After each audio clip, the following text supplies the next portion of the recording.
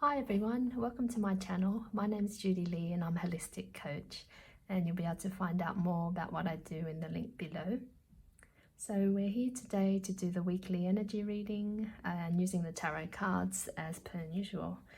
And I just want to mention before I started that you might have a different interpretation of the cards when they come up or throughout the reading, or you might get a different message. And I think it's always important to listen to your own intuition. For me, it's our, individual guiding source, and it's really important to pay attention to it. So I just want to mention that, just to make sure that you listen to what feels right for you and just disregard the rest. Okay, let's get started. I'm going to shuffle the cards as per usual. So let's see what the energy is for the week ahead. Oops, okay, it's a bit too many cards coming out there. Let's try again. What's the energy read for the week ahead? Okay, 2 came out just then. And just another card, please. Spirit, what's the energy for the week ahead?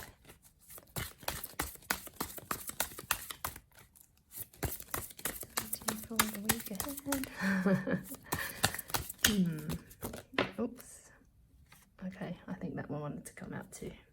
So let me just organize myself. The first card that came out was the King of Cups. Then it was the Hierophant. Just come here. And then we get the Ace of Wands. Very lovely. That there. And then at the bottom of the deck we've got the Knight of Wands. So that's and just to mention that the bottom of the deck for me is just the main theme for the week, or the main theme really, and then it gets expanded in the rest of the cards. So it seems like, because the Knight of Wands is all about action, moving forward, and as you can see in this image, the man is moving forward very quickly. As a lot of forward action, forward movement. So it feels like that's what this week is maybe going to be about. Well, let's look at the rest of the cards to see how it all comes together though. Just place that here so you can still see that. Okie dokie. Right, so let's start with the King of Cups.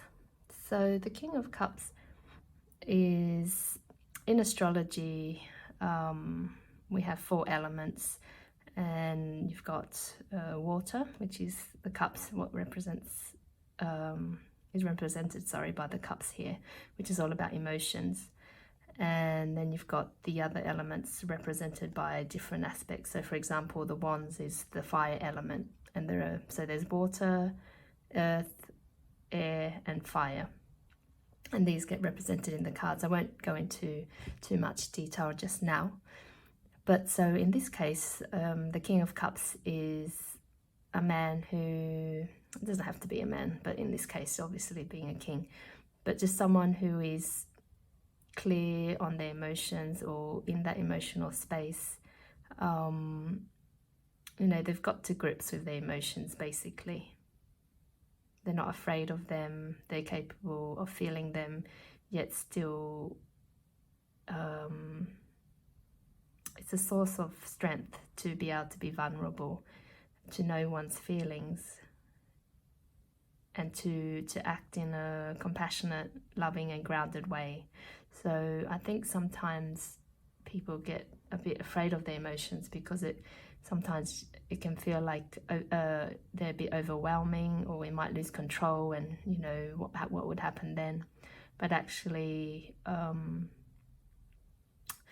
I feel our emotions are a huge source of power, and they often just want to be heard and felt.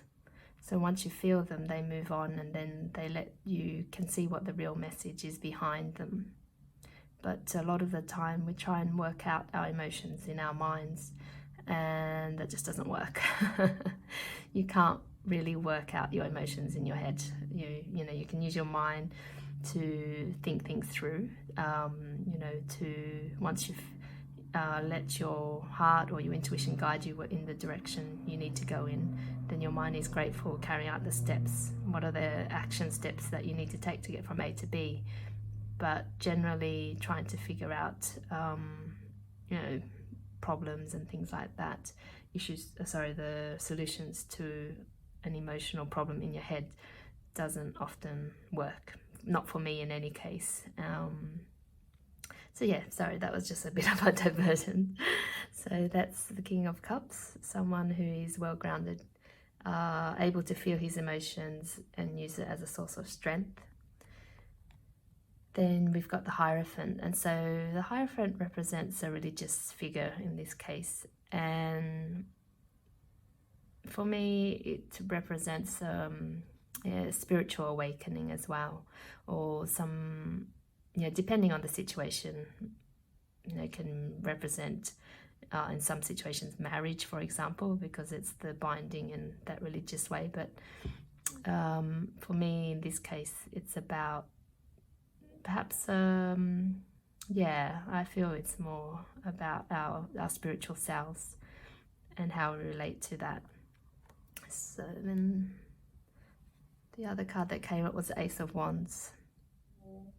And so this is about this is a new beginning in the actions that you take. So, and we have 2 wands that have come up in this reading, so feels like this is going to be an active week. Which is, yeah, it's interesting. Just the thought that came to mind is that we're in the season of Taurus. The sun is in the sign of Taurus, so generally not a fast-moving sign, and sometimes it's more about being comfortable, taking it slowly, really looking after yourself. So it'd be interesting to see. I guess just the thought that came to mind was how this would fit in with that type of energy as well. So I'm just going to take a few moments just to see how it all comes together.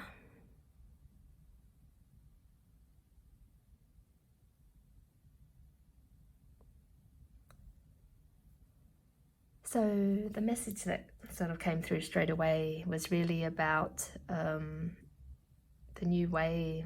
Like, it is these 2 cards, the wands are very fiery, very active, but there's something about bringing in a new way of being. So recognizing that we are spiritual beings actually, and if that's a new concept to you, it doesn't relate to religion at all. It's just more that we are human beings, but we're spiritual beings in a human form, and so we have a lot of amazing powers available to us. And you know, it's not just about the 3D, the physical, having a job, having money, things like that. There's definitely more to life than that, and the more that we can tune into that spiritual aspect of ourselves, which could be, you know, intuition, you know, things that are a bit maybe not seen. Not that I'm saying that the unseen, like the spiritual world is more important in any way. You know, we're here on the physical planet, and we need to work from that aspect, but at the same time it feels like a blending of the two, as in we need to have a balance between our spiritual selves and our human selves. And for me that's also about you know, the spiritual awareness is also about being in touch with our emotions and being vulnerable and being yeah, connected to who we really are. Just sort of feeling into what else is there. Yeah, so that's what it really feels like for me, and you know, in the sense that we're opening up to a new way of doing things. It really feels that way, a new beginning. And I've been feeling this for a while, that there's been a new beginning on the horizon. And it's a shift from what we're used to, and I guess in some ways the virus or this pandemic has created that shift for a lot of people. But yeah, it's to focus more on, you know, what really matters in life, and to look at our emotions. What are our emotions telling us? You know, to feel into, allow ourselves to feel. Like I was saying in the beginning, it's a really important thing. There are no good or bad emotions.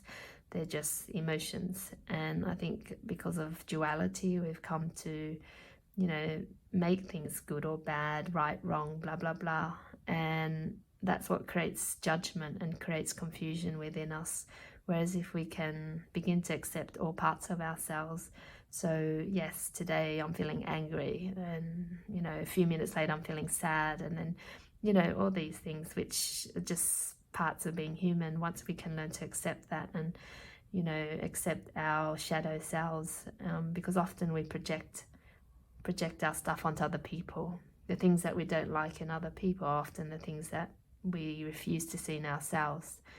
And so now is a, you know, great time to start looking at that, because I mean, we can continue to live the way, not you, but we can continue to live the way we do.